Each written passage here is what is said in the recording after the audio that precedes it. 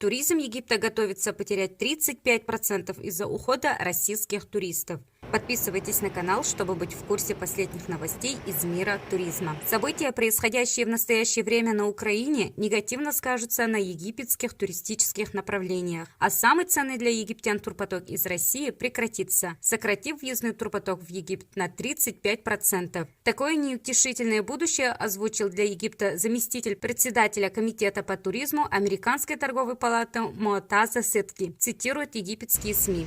При всей плачевной для Египта ситуации местные туристические власти считают, что смогут адаптироваться к текущим событиям. Тем более за плечами у них был опыт и похуже. Массово российских туристов не было в стране пирамид почти 6 лет. Что касается украинцев, которых тоже ожидали текущей весной, то относительно них египетские власти тоже не питают иллюзий, пишет Турпром.